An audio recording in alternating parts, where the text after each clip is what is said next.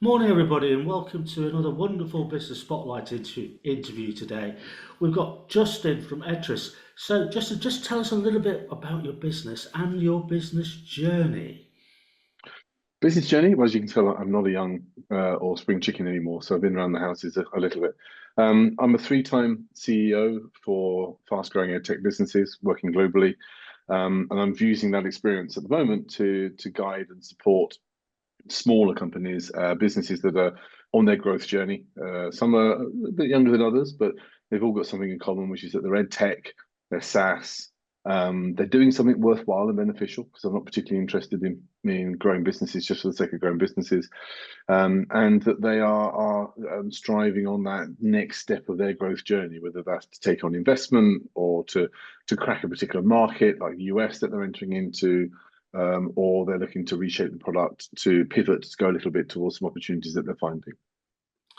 That's an interesting thing. I mean, but you were involved with Impero for quite some Hmm. time, and you grew Yep. that business.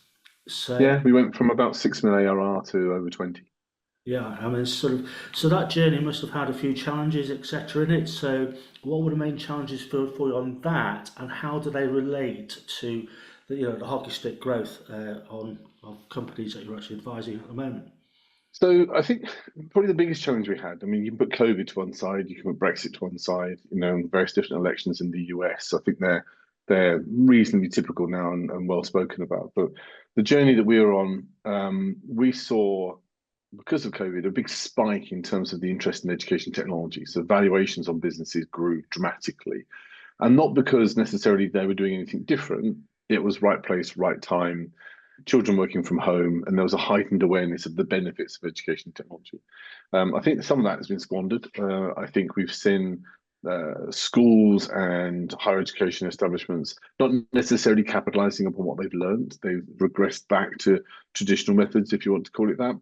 And so we saw the valuations that were 10 times, 12 times, even 15 times what the ARR of the business was have come down quite sharply. And so you couple that with um, the softening of the market anyway. So independent of ed tech, we've seen valuations come down across the board anyway because of a lack of interest or a nervousness about what's going on in the market.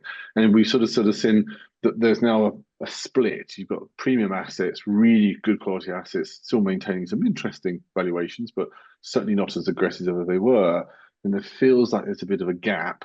And then there's the others, and the others are obviously trying to grow that up. Now, why is that important? Well, if you're running a business that is taking on investment or finding new partners, going through the various different series of investment to grow and accelerate that, then you find yourself in quite an interesting scenario. How do you now sustain the valuation even though you've got to go through certain sort of changes? So that was one. But the other one was um, we had to take a product that was an on-prem product, very good one, very well regarded, but non-scalable, non-modular, and perhaps yesterday's product in some ways. Mhm. And we had to bring that into relevance and sharp relevance very, very, very quickly. And that's a very difficult thing to do because normally you'd have a 4 or 5 year period of understanding the market, you build the product, you do your alpha, you do your beta, you go for a launch. If you're not careful, though, the market's running away from you. So what you're launching is still relevant to yesteryear, and what you need to be developing is for tomorrow, and you're playing catch up. So that migration and transition of the business to go from really solid on-prem business to purely cloud-based, totally scalable, able to go after more than single schools with school groups, multi-academy trusts, US school districts, and even a countrywide deal in the end. That took not just a changing and transition of the product, it also took a changing of the mindset of the organization, the culture. We had to think very carefully about the lead to cash process, what the new processes were going to be, and all doing that whilst maintaining that long tail, those small customers that frankly you built your business on. So you don't want to neglect them and sort of ignore them anymore. And I know that can be a method. Mhm. And you have to think about your end of life strategies because you can't maintain an ever increasing portfolio of products. You've got to slim down the old products and recognize that they're no longer going to be as relevant whilst onboarding onto the new products. And that's a very complex arena. And it's something that certainly didn't go completely smoothly. You know, we had our hiccups along the way, but it was a very interesting process. But I had a great team around me. I had really smart people, good investors. You know, it was a good journey. Brilliant, absolutely fantastic. So, the biggest learning from that? Um, yeah, I think some of it's just experience. End of life strategies and bringing in new products, I would do in a more, I think, simplified way. We were also, because what you're transitioning a product and you're transitioning a business, you've got to think very carefully about those milestones. I would probably spend a little bit more time in the early days really plotting to a process level and to a data level what that journey would look like. We had our plan and we had our action plan, and we had the mitigations for the risks and all that was in place. But we should probably done a bit more work around what. Hang on, let's think very carefully at a next level down, a next level transition. Who do we need in the business to make this go smoothly? Where are the pain points going to be, and at what point on the process? We could have done a bit more around that, I think. But my argument against that would be that we did that whilst COVID was going on, so nothing was typical, right? Absolutely, 100%. You mentioned team there and culture, Mhm. which is really, and that is, it sounds as if that was the real bedrock of that particular business. Yeah, and I guess it is a learning. So this is going to sound terrible because I don't mean it the way this sounds. But you can go on the hunt for the best of the best of the best in a particular role, and they may not fit into the culture of the business at all. Yeah, Sometimes I think you've got to find the balance between real talent, young talent, and what you're trying to achieve as a business. And I think my management team, I would work with them all again tomorrow. They were fantastic. I'm going to do a few shouts out. Nick, who was my senior vice president of people, world class, absolutely fantastic, and he was growing as we were growing. But absolutely brilliant. Toke, based out in the US, my CRO, hell of a character, huge personality, phenomenal. He's just understanding the corporate world and the value creation that you need to take into the marketplace, the moving the conversation from selling features to selling value. That journey, it sounds really simple, but actually it's a very complex journey around changing the people and the narrative and everything that goes with it, and then the tracking of the data behind it. Sam, who's my favorite people person I've ever come across, people person, product person, just phenomenal, absolutely amazing. And then I had a young CTO based out in Romania who was amazing. I had my COO and marketing guru Nikki, who was just phenomenal. I was lucky that we worked together very, very well. It's not to say you never have your frustrations. It's not to say that there are times when you would just like to throttle somebody and wish they would do something differently. But when you sit back and look at how we came together and were pulling in the same direction, made a tremendous, tremendous difference to the journey. fantastic. I think that is a really good learning for everybody. Get the right people Definitely. on the right seats on the bus.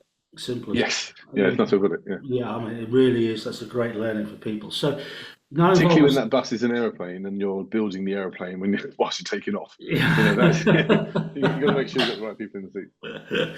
fantastic. So now involved with obviously quite a lot of startups, etc. Mhm. How is that tech market evolving? I mean, we talk about AI, we talk about all this kind of stuff, and the change so quickly. So how is it evolving?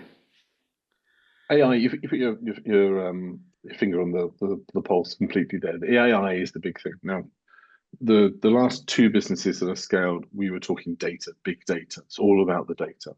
Get underneath that data.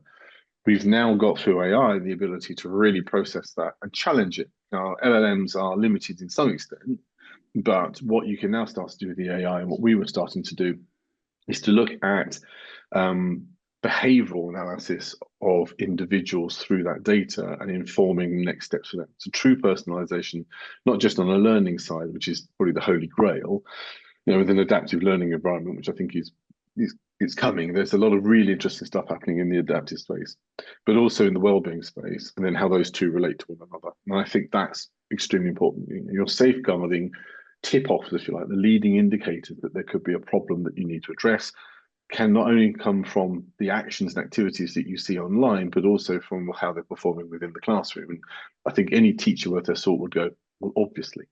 But if you multiply that by scale and you try to understand what that might look like in that environment, it becomes a lot more complex. How can you start to see things? How can the data lead you to things that you wouldn't necessarily have noticed? The AI, I think, is going to be tremendously important in terms of taking all that enormous amount of data that companies like mine had been really focused on and actually doing something decent with it. The big so what, it's not enough to collect data. We've all known and we've all sold the story to investors about how important that data is, and everyone's bought into it. We're now starting to see with Gen AI and other things coming through the true potential and not just the potential, but also the mechanism by which you can assess that data and do something profoundly different with it. So there's one company I know, I don't support sadly at the moment, but I'm hoping to. They're focusing on higher education personalized learning. So they take all the notes that come from a lecture, PowerPoint, very sterile environment. I think we know that there's a big issue in higher education at the moment with the quality of what's coming out from the lecturers. That then gets pumped into their AI engine and it pushes out the same content, but in a variety of different learning styles for that individual student. So the assumption that because you made it to university means that you can learn on your own, an independent learner, it's kind of turned on its head and saying, well, no, actually, we might need flashcards, we might need question answering routines, we might need an essay rather than a PowerPoint, and their engine is doing that work, is converting that across on behalf of the lecturer in the university. Very, very powerful. You're starting to personalize at an undergrad level. There's another company that is focusing on the adaptive approach through AI to tutoring, i.e., it's not just enough to have a tutor for math, get the right tutor with the right attributes and put them in front of the right student, and you're going to get a much better outcome. I think that's a really exciting proposition because A, it's completely scalable and global, and B, it allows you to focus to deliver tutoring at the point of need rather than this sort of assumption that if I send my child to tutoring, it will just get better. Actually when and how and what and in what particular angle, and all these little niche pieces are starting to come out on the back of genuine AI. I've been a skeptic around AI for many years. I mean, there'll be podcasts and there will be keynote speeches where I've sat there saying, you're hearing about AI from education technology. The fact is, most of it is machine learning at best. Predefined algorithms that are answering preordained questions. In other words, I know what the question is, so I'll build some algorithms to answer those questions. That's not what AI is about. AI is about telling you what it is you should be thinking about, and then putting the right materials in front of you to be able to think about it, and then generating something much more interesting, engaging, and immersive for you, so you can then digest that and take it on board and apply it in a different way. And that journey of AI, I think, is going to be particularly interesting as we start to see the winners and the losers, in the marketplace. You're going to see companies who have AI over everything. Go to Bet Show and you'll see AI on everything. You'll see those who genuinely have AI and are doing some fantastic stuff, starting to really disrupt those that claim to have AI and frankly don't. That is a really fascinating share that because AI is in there all over the place, in the media all over the Yeah. place. It's seen as a threat. There's fear, but in effect, with its use, it's a tool, can be a tool for good. It's not only can it be a tool for good. I mean, it is Yeah. today a tool for good. And I think the problem is authenticity, right? So if you're going to give somebody a qualification based upon a high stake examination or a thesis or something of that nature, you want to make sure that there's enough original thought in there to warrant them getting that award. Mm. 100% agree with that. That is not the same as you should ban them from using the technology in the first place. It's a bit like mobile phones in the classroom, right? It's not the mobile phone in the classroom that's the problem. It's whether or not the teacher can make sure they're using the technology appropriately. That's the question. Because why on earth would you want, best part of it, if you've got 1,000 children in a school and you've all got iPhones, you've got nearly £500,000 worth of kit walking into the school and out again every day. Why would you not want to embrace it and use it? Why would you not find interesting ways to engage and get them moving forward? It doesn't make sense to me. So the question around AI here is one of how do you make sure that it's not replacing the student's authenticity? And how do you teach the students to use it so that they can maintain that level of authenticity and credibility that comes with it, but use it to their advantage so they are better learners, better students, and better graduates ultimately? Surely that's the path, right? So if we go to my son's 21 years old, he's doing a PhD, smart as they come, way more smart than his dad. Thank God, he'll have a fighting chance. So why on earth would you go to him and say to him, "Don't use technology, don't use AI"? He'll look at you as if you're from a different planet. It's our generation or my generation, I don't want to make assumptions, who are making decisions around the use of AI in the education arena without really thinking through why. And I just think there are prejudices here.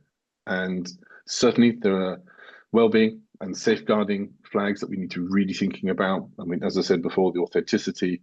So mitigate those, don't ban. I think there's something in there. Now, I have a slightly different opinion when it comes to things like social media and use of social media for under 16s.